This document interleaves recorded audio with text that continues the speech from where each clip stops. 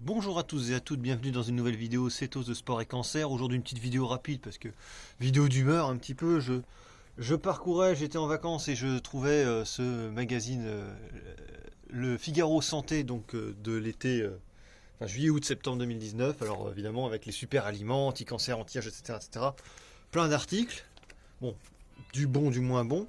Mais ce qui m'intéressait beaucoup, c'est à un moment, il parle de 10 mythes et anecdotes sur les aliments et leurs super pouvoirs. Et alors, ce qui est très rigolo, vous voyez, c'est que, bon, il y a un article sur les jus d'herbe avec une illustration sur les jus d'herbe, un article sur il faut méditer avant les repas, manger en pleine conscience. On voit une jeune femme qui s'étire et qui respire bien, un article sur, par exemple, les tartines grillées, est-ce que c'est dangereux ou pas, voilà. Donc, les illustrations sont quand même en rapport avec les articles. Et là, on a un article sur le régime, la diète cétogène.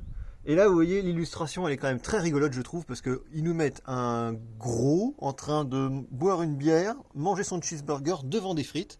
Et ça, c'est l'illustration pour eux de la diète céto. Alors, je vous parle même pas le contenu de l'article, hein, les plus curieux, enfin voilà, c'est un régime. Bon, alors ils décrivent effectivement comme quoi ça interdit tous les glucides. Alors bon, bref, ce que ça autorise. Et après, alors la privation en glucides oblige l'organisme à puiser de l'énergie dans ses réserves graisseuses en provoquant une cétose. Bon, d'accord. Ce mécanisme engendre effectivement un amaigrissement assorti de nausées, constipation, fatigue, maux de tête et crampes, ainsi qu'une mauvaise haleine caractéristique. Donc voilà, ça fait déjà un tableau. Je vous explique pas le tableau.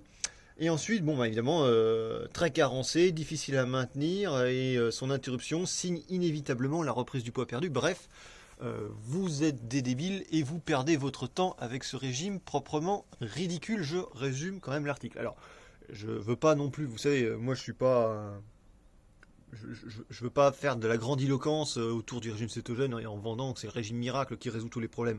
Loin s'en faut, c'est simplement un outil qui peut permettre de résoudre certaines problématiques, de passer certains caps. Je pense pas que ce soit forcément le régime à suivre ad vitam aeternam, ça c'est sûr. Mais en tout cas, là on est vraiment dans la caricature des médias français d'ailleurs, surtout, avec un article complètement biaisé en tout cas et qui effectivement voilà. Ceci dit, pour info aussi, j'ai vu que sur la chaîne YouTube de CrossFit Health, enfin CrossFit tout court de toute façon, c'est une conférence de CrossFit Health du professeur D'Agostino, que je me semble-t-il, qui est super intéressante et je mettrai le lien sous la vidéo, je vous invite à la regarder. C'est quand même très intéressant d'avoir les derniers points de vue sur la recherche.